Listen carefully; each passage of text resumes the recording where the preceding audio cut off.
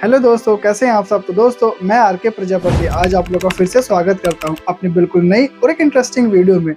तो दोस्तों, आज हम एक ऐसे अनडिफीटेबल अनस्टॉपेबल किंग व भगवान का बेटा कहे जाने वाले अलेक्जेंडर द ग्रेट के बारे में बात करेंगे।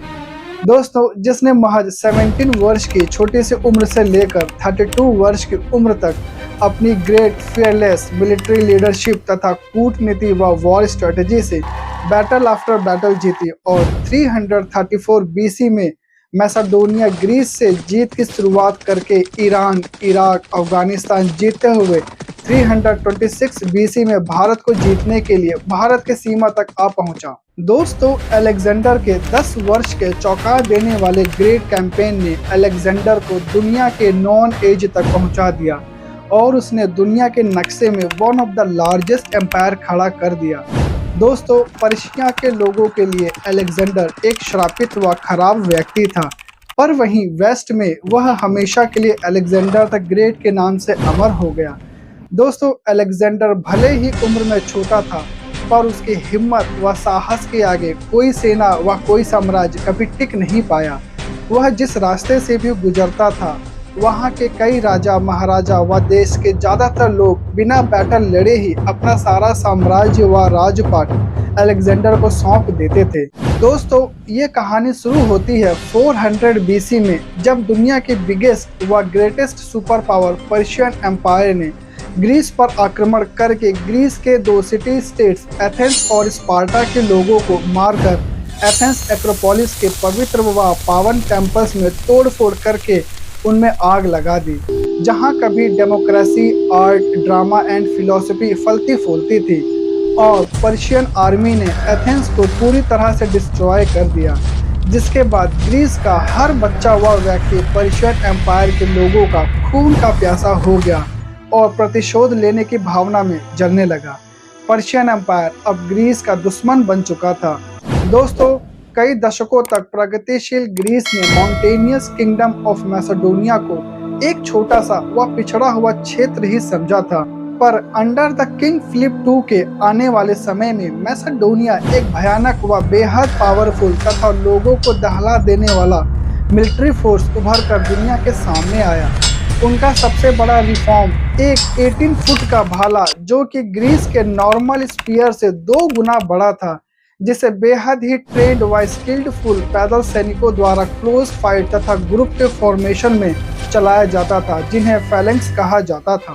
दोस्तों, अलेक्जेंडर द ग्रेट का जन्म 20 जुलाई 356 बीसी में मैसेडोनिया के किंग फिलिप II के घर उनकी 4th वाइफ ओलंपियास के यहाँ हुआ था।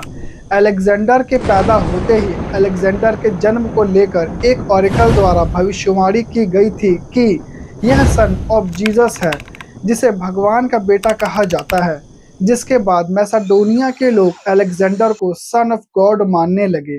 क्वीन ओलंपिया बेहद खूबसूरत और सुंदर होने के साथ साथ एक बड़ी जादूगरनी थी, जिसका किंग फिलिप II को पता नहीं था, पर किंग फिलिप II अपनी वाइफ ओलंपिया से बेहद प्यार करते थे। लेकिन दोस्तों, किंग फिलिप II भी एक बेहद ही intelligent, impressive military leader and politician थे, जिन्होंने अपनी मिलिट्री टैक्टिक्स, पॉलिटिकल स्ट्रेटेजी व इंटेलिजेंस से छोटे तथा पिछड़े हुए मैसेडोनिया को मिलिट्री और कल्चरल पावर हाउस में बदल दिया था, जो कि एशियन वर्ल्ड में बेहद ही साहसी कार्य था। दोस्तों, अलेक्जेंडर जब 12 साल के थे, तो उन्होंने इतनी छोटी सी उम्र में एक ऐसे जिद्दी व जंगली घोड़े को काबू किया, जिसे अच्छे एक्सपीरियंस एडल्ट भी नहीं कर पा रहे थे। किंग फिलिप II अलेक्जेंडर की इस बहादुरी से बेहद खुश और प्रसन्न हुए, जिसके बाद यह घोड़ा अलेक्जेंडर की हर बैटल विक्ट्री में उनके साथ उनके 32 ईयर की एज तक रहा, जिसका नाम बुसीफेलस था। दोस्तों, अलेक्जेंडर ने एशियन टाइम के तथा वर्ल्ड फेमस थिंकर्स एरिस्टोटल गुरु से शिक्षा प्राप्त की। इन्होंने अलेक्जेंडर द ग्रेट को पॉलिटिक्स, फिलॉसफी, मेडिसिन, आर्ट तथा वॉर डिप्लोमेसी का ज्ञान दिया। एज वेल एज इन्होंने यंग प्रिंस की क्यूरियोसिटी को प्रोत्साहित किया और उन्हें बेहद ही तेज व बुद्धिमान बनाया। दोस्तों, एरिस्टोटल की शिक्षा व ज्ञान के बाद अलेक्जेंडर अब पूर्ण रूप से एक बुद्धिमान तथा ताकतवर और फियरलेस लीडर बन चुके थे। जिसके बाद 340 बीसी में किंग फिलिप बिजांटियम पर अटैक करने चले गए और उन्होंने 16 वर्ष के अलेक्जेंडर को घर व बाकी चीजों की कमान सौंप दी, जिसके बाद अलेक्जेंडर ने इस अपॉर्चुनिटी का फायदा उठाया और अपने आप को प्रूफ करने के लिए व यह साबित करने के लिए कि उनके भाग्य में एक बड़ा व ग्रेट लीडर बनना लिखा है, उसने अपनी आर्मी को इकट्ठा किया और मैडी पर एक सक्सेसफुल अटैक किया, जबकि वह अभी एक 17 वर्ष का टीनेजर था। फिर आफ्टर 2 ईयर के बाद किंग फिलिप जीत कर घर वापस आए तो उन्होंने 338 बीसी में पूरे ग्रीस को एक करने के लिए थीब्स और एथेंस के खिलाफ जंग छेड़ दी, जो बैटल ऑफ चैरोनिया के नाम से जाना जाता है। इस बैटल में किंग फिलिप के साथ उनके बेटे अलेक्जेंडर ने भी हिस्सा लिया था, जहां अलेक्जेंडर ने अपने घुड़सवारों तथा सेना के साथ मिलकर अपनी बहादुरी व पराक्रम का परचम लहरा दिया। फिर एथेंस और थीब्स को पूरी तरह से डिस्ट्रॉय करके तथा उन्हें हराकर जीत अपने नाम की। और फिर यहाँ से मैसेडोनिया मिलिट्री फोर्स के साथ साथ अलेक्जेंडर को भी बहुत पॉपुलैरिटी मिलने लगी, जिससे किंग फिलिप भी अलेक्जेंडर की बहादुरी से बहुत खुश थे। पर बैटल ऑफ चैरोनिया की जीत के बाद किंग फिलिप ने अलेक्जेंडर की मां और अपनी वाइफ ओलंपिया को डाइवोर्स दे दिया, क्योंकि एक बार किंग फिलिप ने ओलंपिया को बिस्तर पर एक सांप के साथ सोते हुए देख लिया था और उन्हें यह भी पता चल गया था कि क्वीन ओलंपिया एक जादूगरनी है। दोस्तों, एंशियंट ग्रीस की मान्यता थी कि गॉड ज्यूस स्नेक के रूप में आते थे। इसी वजह से किंग फिलिप ओलंपिया से डरने लगे और यह सोचने लगे कि अलेक्जेंडर मेरा बेटा है या ज्यूस का। पर दोस्तों, किंग फिलिप ओलंपिया से इतना डरने लगे थे कि अब वह नहीं चाहते थे कि उनकी मृत्यु के बाद अलेक्जेंडर उनके थ्रोन पर बैठे, जिसके बाद किंग फिलिप ने एक क्लियोपैट्रा नाम की लड़की से शादी करने का फैसला लिया। पर वेडिंग सेरेमनी वाले दिन ही किंग फिलिप और अलेक्जेंडर के बीच उनकी शादी को लेकर लड़ाई हो जाती है और फिर गुस्से में किंग फिलिप अपनी तलवार निकाल लेते हैं, जिसके बाद ओलंपिया और अलेक्जेंडर वहां से उन्हें छोड़कर चले जाते हैं।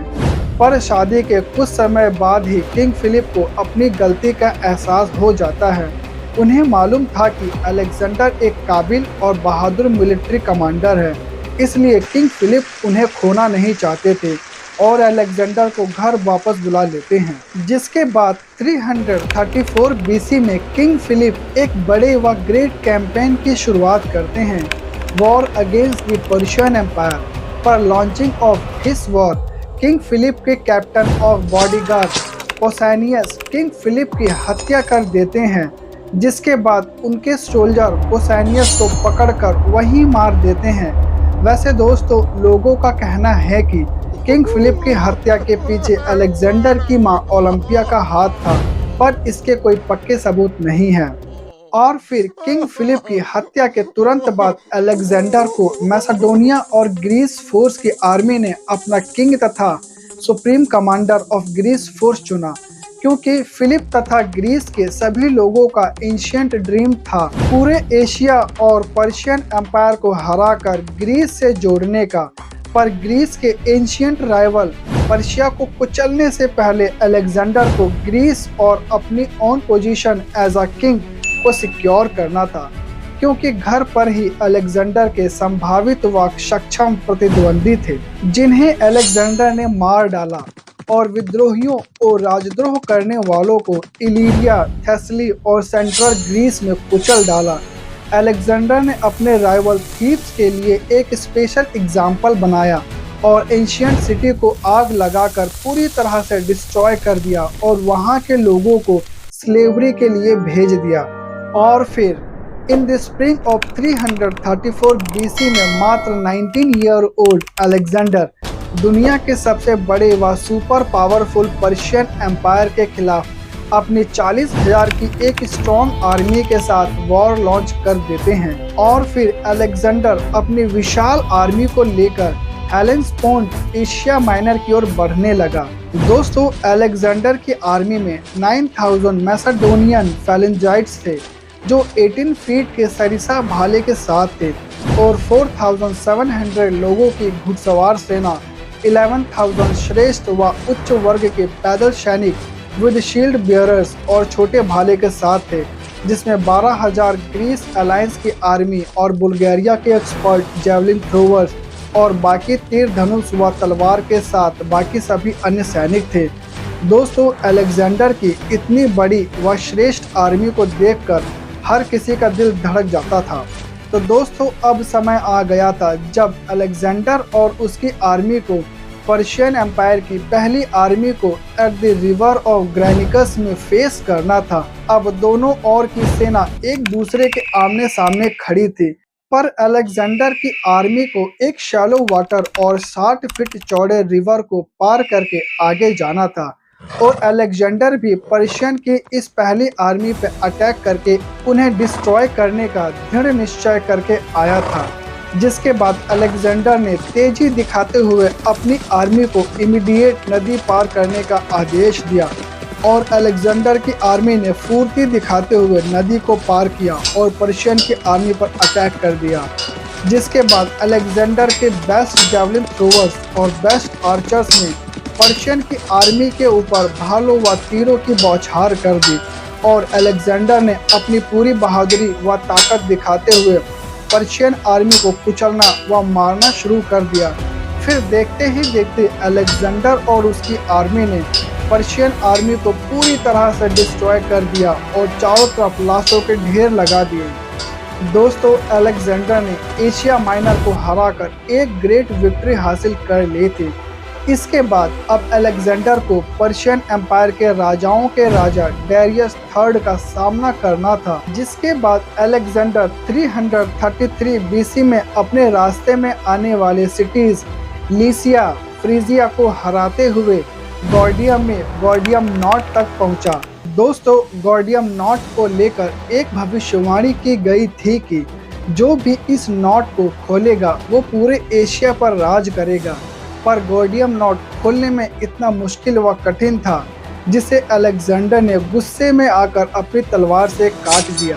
जिसके बाद अलेक्जेंडर पर्शियन एम्पायर के अलग अलग प्रांतों व क्षेत्रों को हराते हुए सीरिया पहुंचा, जहां किंग डेरियस अपनी विशाल सेना के साथ अलेक्जेंडर और उसकी सेना को वॉर में हराने के लिए इंतजार कर रहा था।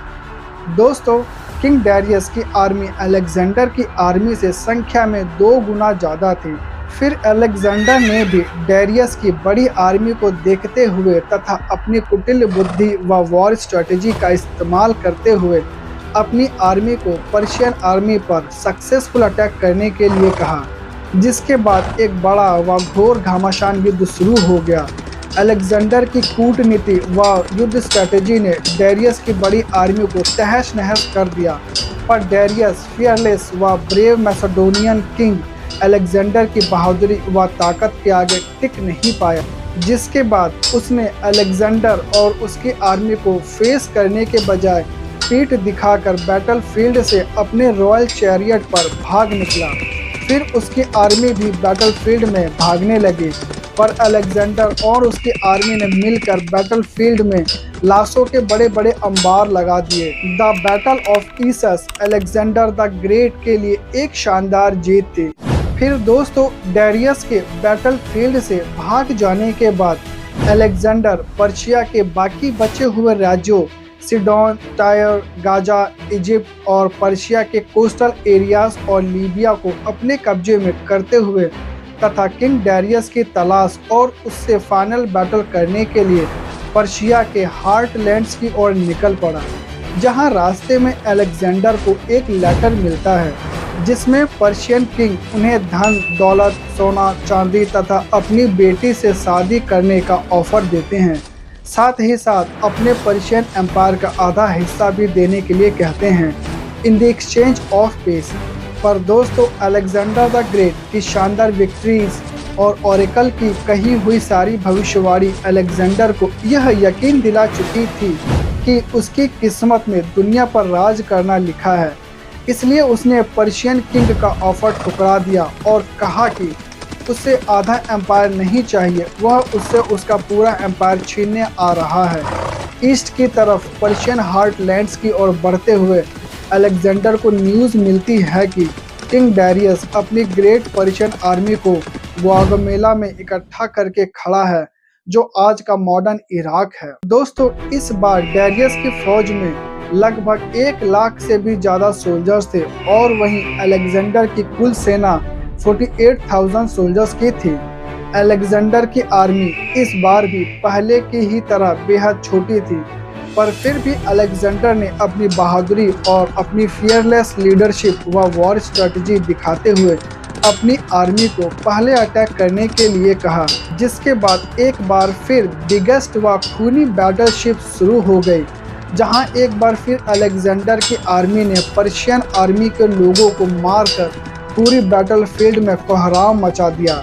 अलेक्जेंडर के अचानक व उग्र भरे अटैक से पर्शियन आर्मी के बीच डर व घबराहट फैल गई। फिर अलेक्जेंडर डैरियस के पीछे लग गया। इसी बीच अलेक्जेंडर की लेफ्ट विंग पर्शियन घुड़सवार सेना के बीच बुरी तरह से फंस गई थी, जिसके कारण अलेक्जेंडर के कई बहादुर सैनिक मारे जा रहे थे। फिर अलेक्जेंडर डैरियस का पीछा करना छोड़ अपनी कमजोर पड़ी सेना को बचाने आ गया और पूरी बैटलफील्ड में अपनी सेना के साथ मिलकर तांडव मचा दिया और जीत अपने नाम की। पर दोस्तों, इस बार भी डैरियस बैटलफील्ड से भागने में कामयाब रहा।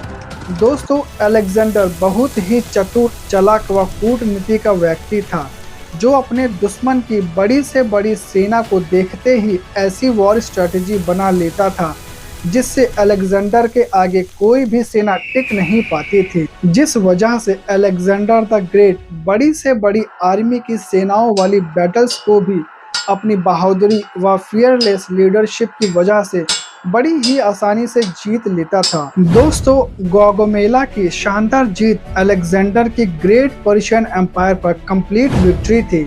इसी जीत के बाद अलेक्जेंडर डैरियस की हारी हुई सेना को अपने साथ मिलाकर बेबीलोन पहुंचे, जो पर्शियन एम्पायर का मेन कैपिटल था, as it is a new rightful ruler of Persian empire. जिसके बाद पर्शिया के थ्रोन के लिए अलेक्जेंडर का द सिटी ऑफ सूसा में राज्याभिषेक किया गया। पर फिर कुछ समय बाद भगोड़े डैरियस के कमांडर बेसस ने अपने डैरियस किंग की हत्या कर दी। दोस्तों, अब ग्रीस से लेकर पूरे पर्शिया एम्पायर तक अलेक्जेंडर का राज था। पर्शिया में अपनी सत्ता को और मजबूत करने के लिए अलेक्जेंडर ने पर्शिया के लोगों को अपनी मर्जी तथा अपने तौर तरीके से रहने की पूरी फ्रीडम तथा खुली आज़ादी दी और अलेक्जेंडर ने पर्शिया के किसी भी लीडर, कमांडर व वायसराय को उनके पद से नहीं हटाया तथा उन्हें अपनी सत्ता को वैसे ही चलाने की इजाज़त दी जैसे वह पहले चलाते थे, in the exchange of loyalty. और उसने पर्शिया के कल्चर और रिलीजियंस को भी बदलने के लिए किसी को मजबूर नहीं किया, बल्कि उनका दिल जीतने के लिए खुद उनके कल्चर तक को अपनाने लगा, उनकी तरह कपड़े पहनने व उनके त्योहारों और रीति रिवाजों को मनाने लगा। जबकि उस समय के बैटल में जीते हुए लीडर किंग ऐसा नहीं किया करते थे। दोस्तों, अलेक्जेंडर के ऐसा करने से अलेक्जेंडर पर्शिया के लोगों के बीच बहुत फेमस हो गया और पर्शिया के लोग उसकी इज्जत करने लगे। पर अलेक्जेंडर के यह सब करने से उसके अपने मैसेडोनिया के ट्रूप्स के लीडर व सैनिक अलेक्जेंडर से खुश नहीं थे और उसके अपने ही लोग उसका विरोध करने लगे। और फिर एक दिन अलेक्जेंडर के ग्रेट लीडर तथा क्लोज फ्रेंड क्लाइटस ने दारू के नशे में अलेक्जेंडर को पर्शिया कल्चर को अपनाने तथा उनके रीति रिवाजों को मनाने के लिए इंसल्ट करना शुरू कर दिया, जिसके बाद अलेक्जेंडर ने गुस्से में आकर क्लाइटस को मार डाला। जबकि क्लाइटस ने ग्रेनिकस की लड़ाई में अलेक्जेंडर की जान तक बचाए थे। और फिर अलेक्जेंडर ने अपनी पॉलिटिकल स्टेटस को और स्टेबलाइज बनाने तथा अपनी विक्ट्री की ग्लोरी को और बढ़ाने व दुनिया पर राज करने का सपना पूरा करने के लिए इंडिया तथा भारत की ओर बढ़ने का फैसला लिया। फिर दोस्तों, 326 BC में अलेक्जेंडर द ग्रेट अब भारत की सीमा पाकिस्तान तक पहुंच चुका था, जो पहले भारत का हिस्सा था। पर दोस्तों, भारत एक बहुत ही बड़ा व विशाल देश था, जिसे अलेक्जेंडर के लिए जीतना इतना आसान नहीं था। अलेक्जेंडर को भारत में दाखिल होने के लिए पहले राजा पोरस को हराना था और पोरस खुद भी बहुत ताकतवर राजा थे। उनके पास भी बहुत ताकतवर सेना थी, जिसके लिए अलेक्जेंडर ने पहले तक्षशिला के राजा अम्भी को अपने साथ मिलाकर डिप्लोमेसी से पोरस को मनाना चाहा और अम्भी को अपना एम्बेसडर बनाकर पोरस से संधि करनी चाहिए। पर पोरस और अम्भी भी दोनों कट्टर दुश्मन थे, जिस वजह से पोरस ने अलेक्जेंडर से संधि करने के लिए मना कर दिया और अलेक्जेंडर को युद्ध के लिए चुनौती दी। जिसके बाद अब अलेक्जेंडर भी पोरस से युद्ध करने के लिए तैयार था। पर अलेक्जेंडर को पोरस से युद्ध करने के लिए पहले भारत की दो बड़ी नदियां सिंधु और झेलम नदी को पार करना था और उस समय झेलम नदी अपनी पूरी उफान पर थी, जिस वजह से अलेक्जेंडर और उसकी सेना को नदी पार करने में बहुत परेशानियों का सामना करना पड़ा।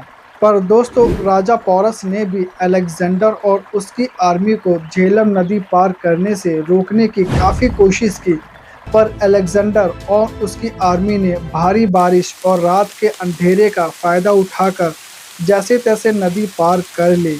पर दोस्तों, अलेक्जेंडर के नदी पार करते ही राजा पोरस की बड़ी आर्मी तथा बड़े बड़े वॉर एलिफेंट देखकर अलेक्जेंडर और उसकी सेना बहुत भयभीत हो उठी, क्योंकि पोरस की सेना में भी कई रथ, घोड़े, हाथी, तीर धनुष तथा भालों से सुसज्जित सैनिक थे। फिर पोरस और अलेक्जेंडर के बीच एक बहुत बड़ा व विशाल युद्ध हुआ, जिसे हाइडस स्पेस बैटल भी कहा जाता है। पर दोस्तों, यह युद्ध अलेक्जेंडर के लिए अब तक का सबसे बड़ा व मुश्किल युद्ध था, जहां पोरस तथा उसकी आर्मी और वॉर एलिफेंट ने अलेक्जेंडर तथा उसकी सेना को भरपूर टक्कर दी और वहां वॉर एलिफेंट ने ऐसी तबाही मचाई कि अलेक्जेंडर भी दंग रह गया। पर आखिरकार अलेक्जेंडर तथा उनकी वॉर स्ट्रेटेजी ने युद्ध का रुख अलेक्जेंडर की ओर मोड़ दिया। पर दोस्तों, राजा पोरस पूरी बहादुरी दिखाते हुए आखिरी तक डटे रहे, पर अंत में जीत अलेक्जेंडर की हुई और राजा पोरस ये बैटल हार गए।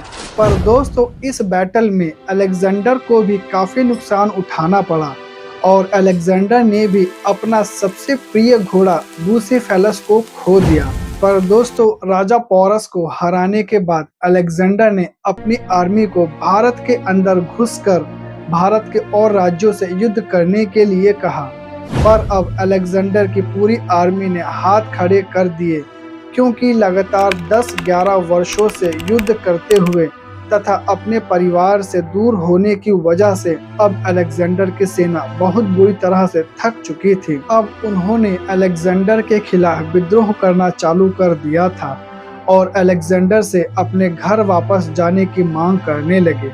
फिर अलेक्जेंडर ने भी समझदारी दिखाते हुए भारत से वापस जाने का फैसला लिया और अपनी आधी सेना को समुद्र के रास्ते ग्रीस जाने की अनुमति दी और खुद अपनी आधी सेना को लेकर सिंधु नदी के रास्ते होते हुए पर्शिया वापस चला गया। और पर्शिया वापस जाते ही अलेक्जेंडर ने बेसस में एक बहुत बड़ी शादी का आयोजन किया, जिसमें उसने अपने कई ग्रीस ऑफिसर्स को पर्शियन प्रिंसेस से शादी करवाई और खुद भी पर्शियन किंग डेरियस की बेटी तथा रुक्साना नाम की लड़की के साथ 2 शादियां की।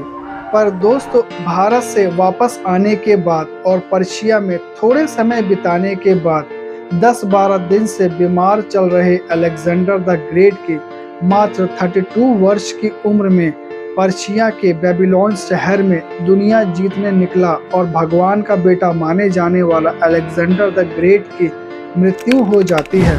पर दोस्तों, अलेक्जेंडर द ग्रेट व भगवान का बेटा कहे जाने वाले अनडिफीटेबल व अनस्टॉपेबल अलेक्जेंडर द ग्रेट की मृत्यु के सही कारणों का कभी पता नहीं चल पाया। लोगों का कहना है कि उनकी मृत्यु मलेरिया, पॉइजन या चेस्ट पर लगे घाव में इन्फेक्शन फैलने और जहरीली शराब पिलाने के किन्हीं एक कारणों की वजह से हुई थी। दोस्तों, अलेक्जेंडर ने अपनी ग्रीक संस्कृति व ग्रीक लैंग्वेज ग्रीस से लेकर भारत तक पहुंचाई और आज पूरी दुनिया में 55 से भी ज़्यादा शहर अलेक्जेंडर के नाम से हैं और इंडो ग्रीक किंगडम के जरिए 200 ईयर तक ग्रीस का प्रभाव दुनिया पर बरकरार रहा। और अगर आज अलेक्जेंडर जिंदा होते तो सोचिए उनका साम्राज्य आज पता नहीं कहां तक फैला हुआ होता।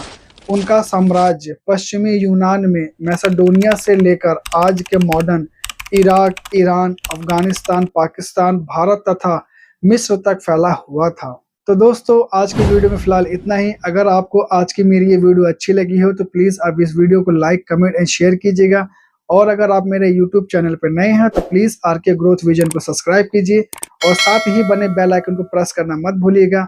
तो चलिए दोस्तों, आपसे फिर मुलाकात होगी बिल्कुल ही एक नई और एक इंटरेस्टिंग टॉपिक के साथ। तब तक के लिए बाय बाय, टेक केयर, धन्यवाद।